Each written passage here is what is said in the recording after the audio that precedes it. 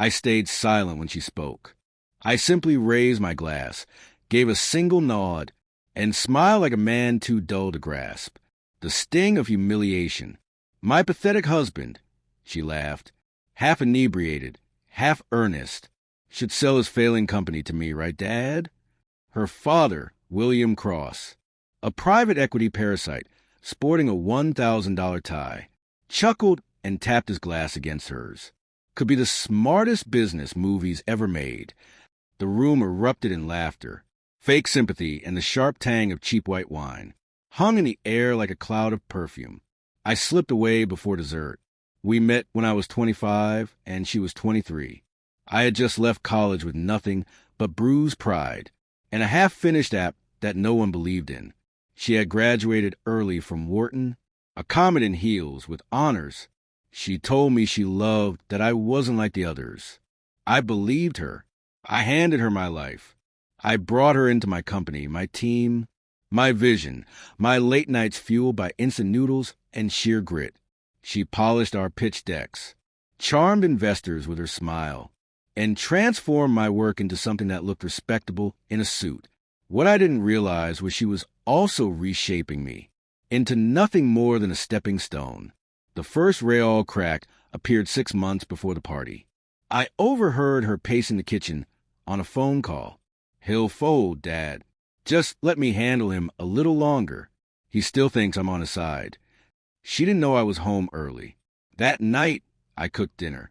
Candlelight, her favorite wine. She never noticed a cold change in my eyes. From then on, I stopped loving her and started studying her. I set up a shadow server and mirrored her laptop. No obvious keylogger.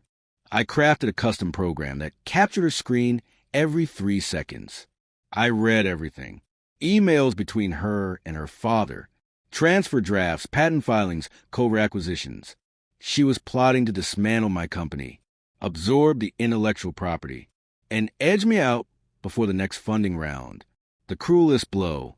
She'd already promised my CTO a better job under her leadership. This betrayal wasn't sudden. It was slow, calculated, just like her. So I returned the favor. The company wasn't failing. Not really. We'd simply pivoted.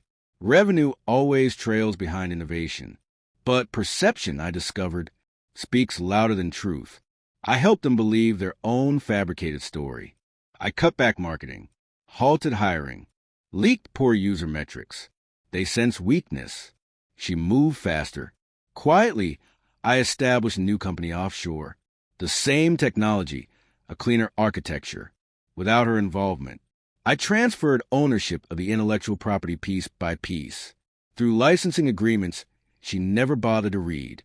Then I waited at her party when she declared she was acquiring my company. Everyone thought I'd been defeated. Even my own team started congratulating her. I didn't resist. I didn't plead. I signed the transfer agreement she handed me the next morning. It was printed on thick, embossed paper, like a wedding invitation. I initialed every page, handed it back, and said, "Good luck." She smiled like a queen. She believed she'd won. That afternoon, she and her father swaggered into my office. Except it wasn't mine anymore. She held the deed. Legally, she was CEO of an empty shell. They realized it only when they sat down and found all the servers offline. "Where's the infrastructure?" she snapped. "Transferred." I replied. "Check the contracts." William opened his laptop. His eyes didn't widen, they hardened. He understood before she did. The patents were licensed, not owned. The company never actually held the intellectual property. It had only appeared to. Her jaw clenched. "You tricked me." "No," I said. "You just assumed I was a fool." The lawyers took 2 weeks to confirm what was already obvious. By then, my new company, under a different name, had closed a $40 million Series B round. Same product, cleaner code, loyal engineers. She tried to sue. Naturally, but she'd signed everything. Her father pushed for arbitration. I welcomed it. Truth thrives in the daylight.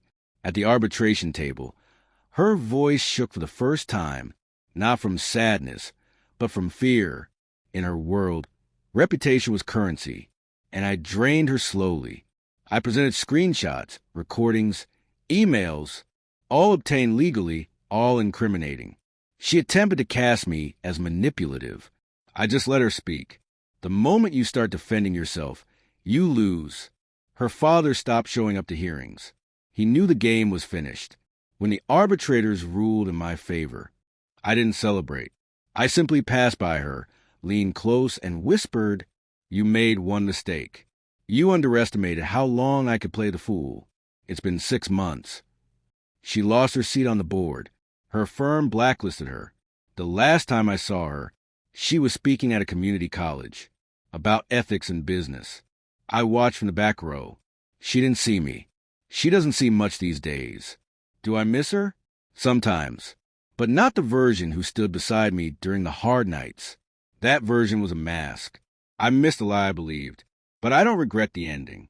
Because vengeance, when done right, doesn't burn like fire. It freezes like ice. Clean, quiet, and permanent.